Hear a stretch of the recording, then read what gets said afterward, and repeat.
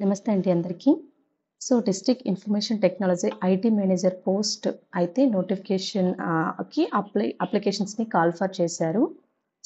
ఈ నోటిఫికేషన్‌కి సంబంధించి ఏ విధంగా అప్లై చేసుకోవాలి అంటే apts.gov.in సైట్‌లోకి వెళ్ళి కెరీర్స్ పైన క్లిక్ చేస్తే అక్కడ district information technology IT manager అనే కనిపిస్తుంది.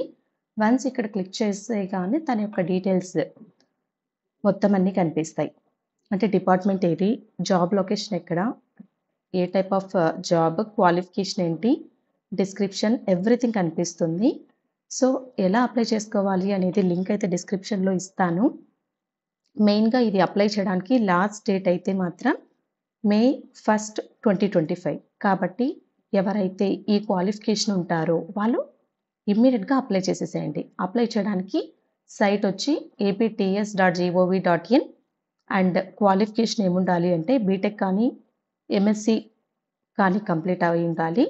ఎంఎస్‌సి డిగ్రీలో computer science or information technology, electronics, electrical సబ్జెక్ట్స్‌తో పాటు బీటెక్ అయితే ఇంజినీరింగ్ సబ్జెక్ట్స్ ఉండాలి. ఎంఎస్‌సి అయితే డిగ్రీలో ఈ కైండ్ ఆఫ్ సబ్జెక్ట్స్ ఉండాలి. అండ్ వీటితో పాటు ఎంబీఏ అనేది కంపల్సరీగా ఉండాలి. ఈ క్వాలిఫికేషన్ ఎవరికైతే ఉంటుందో వాళ్ళు ఇమ్మీడియేట్‌గా అప్లై చేసుకోండి.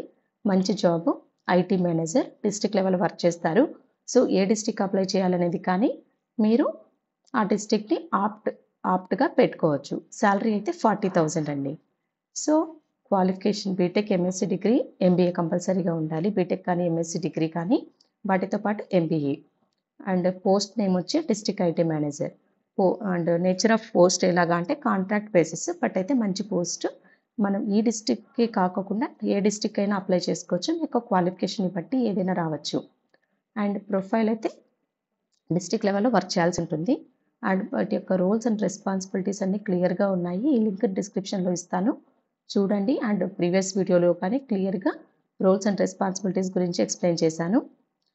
అండ్ మెయిన్‌గా అప్లై చేయాల్సిన టైం ఇప్పుడు మీ యొక్క సీవీ అంటే మే 1, 2025 5:30 PM లోపైతే మీరు సబ్మిట్ చేయాలి. అది కానీ ఈ వెబ్సైట్‌లో https://www.apts.gov.in. ఎవరైతే ఇంట్రెస్టెడ్ క్యాండిడేట్స్ ఉన్నాయో ఆ పోస్ట్‌కు మీ యొక్క సీవీని సబ్మిట్ చేయాలి.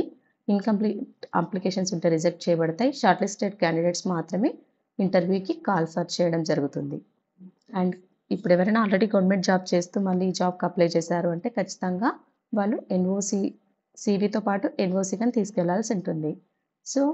ఈ విధంగా టీఏ అయితే ఏవి ప్రొవైడ్ చేయరు మీరు ఎగ్జామ్‌కి కానీ, ఇంటర్వ్యూకి కానీ వెళ్ళేటప్పుడు. ఈ విధంగా అయితే మీరు అప్లై చేసుకోవాలి.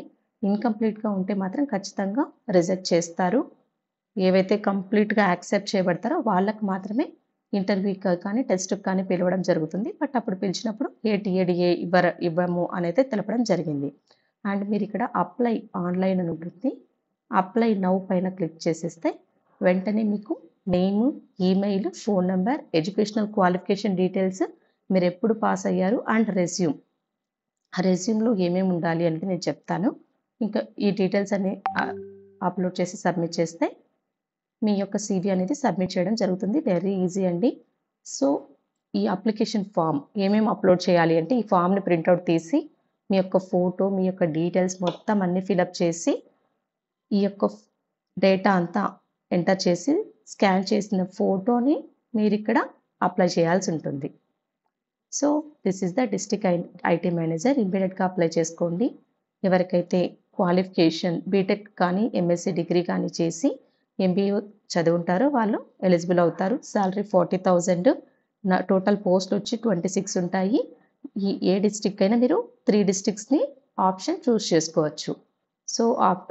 కరెంట్ పొజిషన్స్ అయితే ఓపెన్ అయ్యాయండి. మంచి అవకాశం యూజ్ చేసుకోండి. Thank you.